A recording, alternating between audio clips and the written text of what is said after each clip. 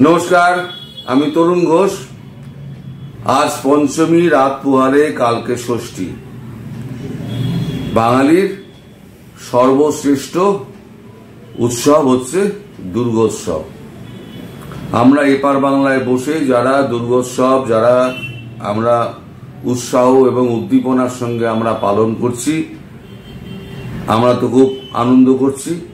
কিন্তু আমাদের পার্শ্ববর্তী রাষ্ট্র, সেখানে যারা হিন্দু রয়েছেন তারা কিন্তু প্রতি মুহূর্তে একটা আশঙ্কা এবং ভয়ের মধ্যে এই পুজোটা তারা কাটাচ্ছেন। পুজো হয়তো কিছু কিছু জায়গায় হচ্ছে, কিন্তু সেই পুজো কত নির্বিঘ্নে শেষ হবে এবং কতটা শান্তিপূর্ণ থাকবে তা নিয়ে কিন্তু তাদের যত আশঙ্কা আমাদের নয়, আশঙ্কা হচ্ছে তাদের। কারণ যেভাবে পুজোর আগে সমস্ত মূর্তি ভাঙা হয়েছে এবং প্যান্ডেল সমস্ত ভেঙে টেঙে দেওয়া হয়েছে, হুমকি দেওয়া হয়েছে, চাঁদা না দিলে পরে পুজো করতে দেওয়া হবে না, এই সমস্ত হুমকি টুমকির মধ্যে একটা মানুষের মধ্যে একটা ভয়ের সঞ্চার হয়েছে। যদিও বাংলাদেশ গভর্নমেন্ট থেকে বলা হচ্ছে যে সংখ্যালঘু যারা আছে তারা নির্বিঘ্নে পুজো করুন, তাদের জন্য সমস্ত সুরক্ষার ব্যবস্থা সেনাবাহিনী করে রেখে দিয়েছে। সেনাবাহিনীও একটা সেনাপ্রধান ওয়াকারুজ্জামান তিনিও একটা প্রেস কনফারেন্স করেছেন, তিনিও অভয় দিয়েছেন। কিছুদিন আগে এই আপনার ঢাকার শহীদ মিনারের কাছে হিন্দুদের একটা সমাবেশ হয়েছিল, প্রচুর লোক হয়েছিল সেখানে। সেই হিন্দু সমাবেশে এখন মানুষের ঢল দেখে বাংলাদেশের একটুখানি টনক হয়তো নড়েছে। তাছাড়া ভারতবর্ষ থেকে একটা চাপ দেওয়া হয়েছে। রণদীপ জয়সওয়াল যিনি আমাদের বিদেশ মন্ত্রকের মুখপাত্র, রণদীপ জয়সওয়াল পরিষ্কার একটা বার্তা দিয়ে দিয়েছেন বাংলাদেশকে যে হিন্দুদের ওপরে এই উৎসবে যদি কোনো অশান্তি হয় এবং আক্রমণ হয়, যদি গন্ডগোলের খবর পাওয়া যায়, তাহলে ভারত সেটা খুব ভালোভাবে মেনে নেবে না।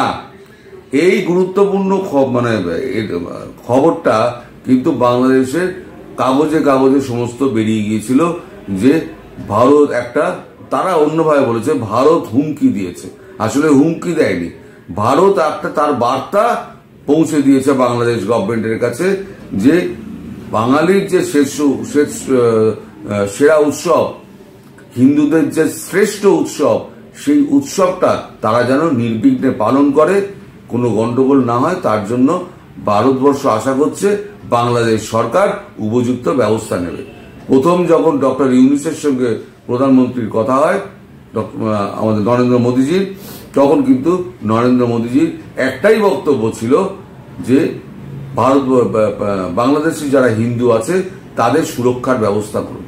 তারপরে ডক্টর ইউনূস তিনি রমনা কালীবাড়িতে গিয়ে একটা ফটো সেশন করেন এবং বার্তা দেওয়ার চেষ্টা করেন যে হিন্দুরা এখানে সুরক্ষিত।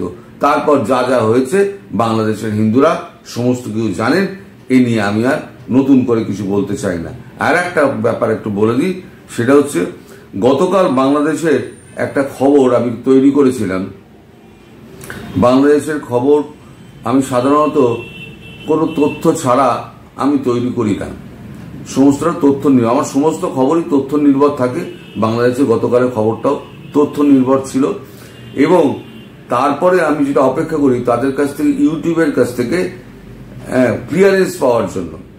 নো ইস্যু ফাউন্ড একটা ক্লিয়ারেন্স হয়, সেই নো ইস্যু ফাউন্ড পাওয়ার পর তারপরে আমি ভিডিওটা আপলোড করি।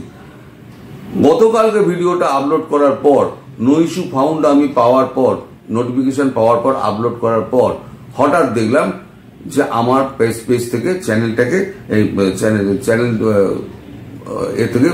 ভিডিওটাকে উড়িয়ে দেওয়া হয়েছে। উড়িয়ে দিয়ে আমাকে একটা নোটিশ পাঠানো হয়েছে ওয়ার্নিং হিসেবে যে ওর মধ্যে এমন কিছু কন্টেন্ট ছিল যে কন্টেন্ট আপত্তিকর এবং তাদের গাইডলাইন বিরোধী। ফলে ওই ভিডিওটা আমি দ্বিতীয়বার আর কোনোদিন আপলোড করতে পারবো না এবং আমি একটা সতর্কীকরণের মুখে কিন্তু পড়ে গিয়েছি। ফলে বাংলাদেশ ভিডিও করতে গেলে এখন আমাকে একটুখানি সতর্ক থাকতে হবে। ভিডিওটার মধ্যে একেবারেই নিরামিষ ভিডিও, যেটা কাগজে বেরিয়েছে সেই জিনিসই, যেটা সমাজ মাধ্যমে ঘুরে বেড়াচ্ছে সেই জিনিসই আমি দিয়েছিলাম। তো যাই হোক, ফিরে আসে আজকের খবরে। সেনাপ্রধান যেটা বলেছেন, আমরা মাঠে আছি, নির্ভয় পূজা মণ্ডপে যাবেন। দুর্গাপুজোকে কেন্দ্র করে সারা দেশে সেনা মোতায়েন করা হয়েছে। সবাইকে নির্ভয় পূজা মণ্ডপে যাওয়ার আহ্বান জানিয়েছেন সেনাবাহিনীর প্রধান জেনারেল ওয়াকার উজ্জামান। সেনাপ্রধান বলেন, এদেশে সবার সমান অধিকার রয়েছে, যে যার ধর্ম সে পালন করবে, এর জন্য যা যা করা দরকার করা হবে। নিরাপত্তায় সেনাবাহিনীর মাঠে রয়েছে জানিয়ে ওয়াকার উজ্জামান বলেন, আমরা মাঠে আছি, আপনারা নির্ভয় পূজা মণ্ডপে যাবেন। আমরা একটা সুন্দর পরিবেশ চাই, সেখানে আপনারা সবাই পুজো উদযাপন করতে পারবেন। এই যে এটা একটা ভারতকে বার্তা দেওয়ার চেষ্টা সেনাপ্রধানের, যে আমরা সবাই মাঠে আছি, কিন্তু আপনার মাঠে থাকলে তো হবে না। যে জিনিসগুলো হয়েছে সেই জিনিসগুলো তো আপনারা আটকাতে ব্যর্থ হয়েছেন। ফলে কি হয়েছে, মানুষের মধ্যে একটা ত্রাসের সৃষ্টি হয়েছে, যে পুজোর সময় বেরোবো কি বেরোবো না, পুজো করব কি করব না। অনেক পুজো কমিটি তো পুজো বন্ধই করে দিয়েছে, কারণ শেষ মুহূর্তে যদি মূর্তি ভেঙে দেয় পুজোটা হবে কি করে। কিছু কিছু জায়গায় ঘট পুজো হচ্ছে। যেমন বাংলাদেশের একটা বিখ্যাত পুজো আছে, সেটা হচ্ছে শিকদার বাড়ির পুজো। এই সময় টিভি লিখছে, এবার জমকালো আয়োজন নেই বাগেরহাটের শিকদার বাড়ির দুর্গাপুজো। বেশ কয়েক বছর ধরে বাগেরহাট সদর উপজেলায় হাকিমপুর গ্রামের শিকদার বাড়িতে জমকালো আয়োজনের মধ্যে দিয়ে উদযাপন করে আসছিল সনাতন ধর্মাবলম্বীদের জন্য বড় উৎসব দুর্গাপুজো। প্রতি বছরই দেশ জুড়ে সনাতন ধর্মাবলম্বীদের চোখে থাকে শিকদার বাড়ির পুজো উৎসবের মণ্ডপের দিকে। সরেজমিনে যা গিয়ে দেখা গেল শিকদার বাড়ির দুর্গাপুজোর খবর। বৃহস্পতিবার 3 অক্টোবর বিকেলে 4:30 বাজে বাগেরহাট সদর উপজেলা হাকিমপুর গ্রামের আলোচিত শিকদার বাড়ির শুনশান নীরবতা।